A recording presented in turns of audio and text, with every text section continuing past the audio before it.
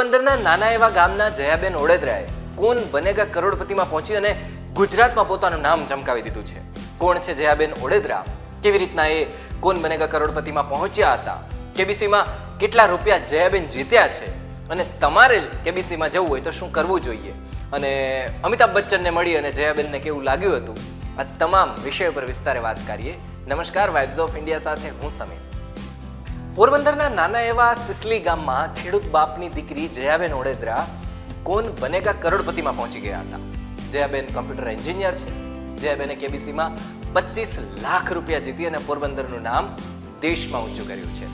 પોરબંદર પહોંચી અને એમણે વેલા સર્કિટ હાઉસ ખાતે પોતાની જે જર્ની છે, કઈ રીતના કેબીસીમાં પહોંચ્યા હતા એ શેર કરી હતી. શું કહ્યું હતું એ પણ સાંભળ્યું. આમ તો મારી જર્ની હું કહું તો 2019 થી ચાલુ થઈ. એ પહેલા બી હું ટ્રાય કરતી, બટ મનમાં એક એવું હતું કે ભાઈ આવડો મોટો શો છે, આપણે ગામડામાં નીકળીને આપણે થોડા ત્યાં લગી પહોંચી શકીએ. એટલે મનથી ન કરતી, પણ ખાલી રજીસ્ટ્રેશન કરતી. પણ 2019 થી મેં બહુ આમ ચાલુ કર્યું અને 2020માં મને જ્યારે પહેલી વખત કોલ આવ્યો ત્યારે બહુ સ્ટ્રોંગ થઈ ગઈ અને મને એમ થયું કે ના યાર, કોશિશ તો છોડવી જ નથી એમ, કે પ્રયત્નો કરતા રહીએ તો ચાન્સ મળે એમ. પણ 2020માં મારે કોલ કટ થઈ ગયો તો નહોતું થયું અને પછી મને 2023માં કોલ આવ્યો અને એમાં મારું ફર્સ્ટ રાઉન્ડ ક્લિયર થઈ ગયું. ઓડિશન માટે હું બોમ્બે ગઈ, ત્યાં પણ મારું એક્ઝામ અને ઇન્ટરવ્યુ બંને ક્લિયર થઈ ગયા, બટ ઇન્ટરવ્યુથી હું અટકી ગઈ, ત્યાંથી મારું સિલેક્શન નહોતું થયું.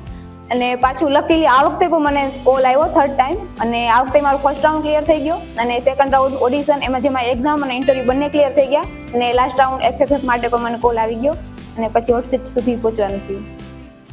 જોકે જયાબેન પોતાના માને યાદ કરતા કરતા ઇમોશનલ પણ થઈ ગયા હતા. તેમણે કહ્યું હતું કે આજે મારી માતા મારી સાથે હોત ને તેમને બહુ ગર્વ થાત. આવું કહેતા કહેતા એમના આંખમાં આંસુ આવી ગયા હતા. વ્યક્તિને આપણે નકરી સફળતા દેખાતી હોય છે, પણ એની પાછળ એનું જે સંઘર્ષ કે કહાની હોય એ ક્યારેય ખબર નથી હોતી. મેં શરૂઆતમાં કીધું કે મારે જવું જ નહોતું એમ, તેનું રીઝન એ જ હતું એમ કે મેં મારી માનો સાથ છોડ્યો એમ. અને એ એક વ્યક્તિ હતું કે જેને દિવસ રાત મારી સફળતાની દુઆ કરી હતી એમ. તો એ વસ્તુ હું મેન્ટલી કોઈ પ્રિપેર નથી અને છેલ્લા 2-3 મહિનાથી આ અમે સતત દવાખાનું ઘર તો મારી કોઈ જાતની પ્રિપરેશન નહોતી. અને કે ને કે માં તો આપણી દુનિયા હોય, એનો સાથ છોડી તો મેન્ટલી આપણે 6 મહિના કે વર્ષ માટે એમ એટલો સમય લાગે. તો હોટ સીટ લગી જાવ ને કદાચ ત્યાં હું મેન્ટલી પ્રિપેર ન હોય તો પરફોર્મન્સ આપી જ નથી શકવાની ને. અને પ્લસ મારી એટલી પ્રિપરેશન નહોતી એમ. બટ મારો પરિવાર, મારા ભાઈ ભાભી, મારા અંગત બીજા લોકો એને મને એટલી મોટિવેટ કરી એમ કે તારી માં હોત અને ઈ તને આમ જોવો તો કેટલી ખુશી થાત એમ. તારે કોઈ માટે નહીં, તારી માં માટે એમ, એના સપનું પૂરું કરવા માટે તારે જવાનું છે. અને છેલ્લે મારી પાસે 10-15 દિવસ જ હતા અને મેં એટલું નક્કી કર્યું કે મારે કોઈ માટે નહીં, મારી માં માટે જવું છે. અને કદાચ લાસ્ટમાં એવું બન્યું ખરી. એ છોકરો મારી આગળ જે સાનિધ્ય હતો એ બહુ નોલેજેબલ હતો એમ, પણ બિચારો ઓડિયન્સ ખોટી પડી અને મને હતું નહીં કે હવે મારો ચાન્સ આવશે એમ. ત્યારે મને એમ થયું કે મારા માના આશીર્વાદ જ હતા કે જેને મને હોટ સીટ લગી પહોંચાડી અને એ કર્યું. કેમ કે બાકી મને ઉમ્મીદ જ ખોઈ ચૂકી હતી કે હવે હું હોટ સીટ લગી આવીશ. તો એ બહુ મુશ્કેલ છે, બટ ભગવાન કે ને કે સ્ટ્રોંગ બનાવે એમ બધા માટે. અમિતાભ બચ્ચનને મળી અને જયાબેનને કેવું લાગ્યું હતું એવી પણ એમણે માહિતી આપી હતી.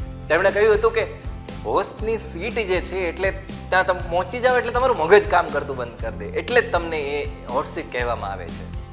ખરેખર કહું તો મને આમ અંદરથી એટલું નહોતું કે હું મતલબ મારા કંઈક પરિસ્થિતિ જેવી હતી કે મારી એટલી પ્રિપરેશન નહોતી કે એમ કે લેવલ, એટલે મને હતું નહીં કે હું 25 લગી એમ. બહુ તો મને 12-50 લગી તો હું કરીને ગઈ હતી કે ત્યાં લગી તો મારે પહોંચવું જ છે એમ.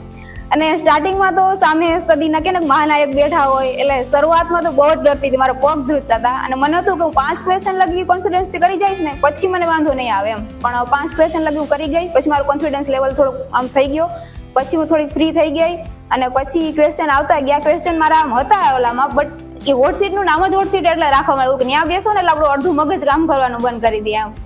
એટલે થોડુંક આમ થતું હતું, ક્વેશ્ચન આવે એમ થાય કે આ જ આન્સર છે, છતાં એમ થાય કે નહીં યાર આમાં થોડુંક ગડબડ હશે તો. એટલે ક્યાંક ક્યાંક મેં ટાઈમ પણ લીધો એમ, બટ વાંધો ના આવ્યો. અને છેલ્લે લાઈફ લાઈનમાં મને ઘણી હેલ્પ થઈ. અને જ્યારે 25 લાખ એમ બોલ્યા ત્યારે મને વિશ્વાસ જ નહોતો કે હું 25 લાખ જીતી ગઈ એમ. અને પછી કહેવાય ને 50નું ક્વેશ્ચન પાસે મારી પાસે લાઈફ લાઈન નહોતી અને ત્યાં એક એવું છે કે ગેસ વર્ક નથી ચાલતું એમ, કે કદાચ ચાલો હું ગેસ કરું તુક્કો મારું એમ. 25ના ક્વેશ્ચનમાં એવું હતું કે મેં ફ્રેન્ડની હેલ્પ લીધી, બટ એ 60-70% શ્યોર હતા એમ. હવે હું ત્યાં તુક્કો મારું તો સીધી 3 વિશે આવી જાવ એમ. તો અહીંયા બધું એક માઇન્ડલી કામ લેવું પડે એમ, કે અહીંયા હું બીજી લાઈફ લાઈન લઉં, અહીંયા આ લાઈફ લાઈન લઉં, આ રીતે પ્લે કરું. એટલે થોડુંક બધું એ સારી રીતે રહી ગયું. જયાબેન કેબીસીમાં કઈ રીતના પહોંચ્યા હતા એમના વિશે પણ એમણે લોકોને સમજાવ્યું હતું, જેથી ગુજરાતના બીજા લોકો પણ કેબીસીમાં પહોંચી અને ગુજરાતનું નામ ઊંચું કરી શકે? તો આ કોન બનેગા કરોડપતિ છે એનું દર વર્ષે રજીસ્ટ્રેશન ચાલુ થાય છે. તો એમાં એ લોકો અઠવાડિયું કે 10 દિવસ લગી કન્ટિન્યુ ચાલે છે અને એમાં આપણે રજીસ્ટ્રેશન કરવાનું હોય છે. એમાં આપણો ફોન નંબર હોય છે ને એ રજીસ્ટર્ડ થાય છે અને પછી એના કોમ્પ્યુટર હોય એ ઓટોમેટિક રેન્ડમલી કોઈ બી નંબર એમ સિલેક્ટ કરે એમ. તો ત્યાં લકી ડ્રો જેવું થાય એમ. આપણે લક જોડ કરતા હોય તો આપણો નંબર સિલેક્ટ થઈ જાય તો ફર્સ્ટ રાઉન્ડ માટે કોલ આવે. એમાં રેન્ડમલી તમને કોઈ બી 2 ક્વેશ્ચન પૂછે. હવે બંને ક્વેશ્ચન સાચા હોવા જોઈએ તો નેક્સ્ટ રાઉન્ડ ઓડિશન માટે કોલ આવે. ઓડિશન માટે બોમ્બે જવું પડે અને એમાં 2 રાઉન્ડ હોય છે. પહેલું હોય છે એક્ઝામ આપવાની હોય છે અને બીજું ઇન્ટરવ્યુ. એક્ઝામમાં તમારું જીકે ચેક કરે અને ઇન્ટરવ્યુમાં તમને પર્સનલી ચેક કરે. તમારો મુદ્દો કે આ કે તમે હું હોટ સીટ માટે ખરેખર આવવા માટે લાયક છો એમ. ખરેખર તમે આવીને ધનરાશિ કમાવશો તો તમે ક્યાં યુઝ કરશો એમ તમારા વિચારો જાણે એમ. બટ એક્ઝામ પહેલા ક્લિયર કરવી જરૂરી છે. જો ઈ ક્લિયર કરો તો જ તમને ઇન્ટરવ્યુમાં બેસવા મળે અને પછી એક્ઝામ અને ઇન્ટરવ્યુ બંનેના માર્ક્સ પરથી એક મેરિટ તૈયાર થાય અને પછી FFF માટે કોલ આવે અને એમાં તો 10 જણા હોય છે અને FFF માં તો આપણે ખબર જ છે કે સ્પીડમાં આન્સર આપવાનો હોય છે એટલું જ હોય છે અને પછી હોટ સીટ સુધી પહોંચવાનું. એટલે આખી 4 રાઉન્ડની પ્રક્રિયા હોય છે. ઈ પાસ કરી અને 5મા રાઉન્ડે આપણે હોટ સીટ સુધી પહોંચી શકીએ. જયાબેને 25 લાખ રૂપિયા જીત્યા છે. ત્યાં આ રૂપિયાનો જયાબેન ઉપયોગ કેવી રીતના કરવાના છે એના વિશે પણ એમણે માહિતી આપી. સ્વાભાવિક વાત છે, જયાબેન ખેડૂત પુત્રી છો તો પછી એમને ખેતી વિશે જ વાતચીત કરી હતી. શું કહ્યું હતું, કઈ રીતના એ ખેતી કરવા ઈચ્છે છે, સાંભળીએ. ધનરાશિ મારો જ મેં શોમાં પણ કીધું છે એમ કે મારો એક હતો કે એગ્રીકલ્ચર પરથી મારો ઝુકાવ છે અને આગળ જવું છે એમ. અને જેમ કે જોઈએ કે આજ ખેતીમાં નવું કંઈક નવી પદ્ધતિ કે નવું કરવું હોય, મારે ઓર્ગેનિક જ કરવું હોય તો છે શરૂઆતના 4-5 વર્ષ મારે ખોટ ખાવી પડે ને એમ. તો એના માટે એવું નાનો મોટો કિસાન આ બધું ન કરી શકે એમ. આર્થિક રીતે જે સદ્ધર હોય ને એ કિસાન કરી શકે એમ. ધારો કે મેં સફરજનની વાત કરી હતી, અત્યારે 2-3 છોડ લગાવ્યા છે એમ અને મને સારું રિઝલ્ટ આપે ને ભવિષ્યમાં એવું વિચાર કરું કે મારે આખો બગીચો બનાવવો છે તો પહેલા તેના છોડ મોંઘા હોય છે, એના માટે મારે ખર્ચો જોઈએ. થોડોક હું જમીન રોકું છું, એ જમીન રોકી છે મને 4-5 વર્ષ પછી વળતર આપશે તો 4-5 વર્ષ પછી મને ખોટ ખાવી પડે તો એના માટે હું તૈયાર હોવી જોઈએ આર્થિક રીતે એમ. તો આ પૈસો મારે એ માટે જરૂરી હતો. નાના મોટા મારા જેમ કે અમુક બીજા સપના હોય, જેમ કે મને લખવું પસંદ છે એમ. તો આજથી 2 વર્ષ પહેલા મેં જ્યારે વિચાર્યું કે મારે મારી બુક પબ્લિશ કરવી છે, જ્યારે પબ્લિકેશનની મુલાકાત કરી તો મને ખબર પડી કે આમાં તો તમારે એના પેકેજ હોય છે, એક બજેટ જોઈએ છે એમ. તો માત્ર અમુક ક્યારેક નાના નાના સપનાઓ પૈસાની તંગીને કારણે એનો વેગ ધીમો થઈ જતો હોય છે એમ. તો ત્યારે હું પબ્લિશ ના કરી શકી કેમ કે મારી પાસે પૈસા નહોતા. પછી મેં સેલ્ફ પબ્લિશિંગ કરી. તો હવે મને મારી કહાનીઓ કે મારી બુકો છે એને એક સારું પ્લેટફોર્મ મળશે, સારું કરશે. તો આવા નાના નાના સપનાઓ ઘણા છે જેને ઉડાન મળશે એમ આ ધનરાશિના લીધે.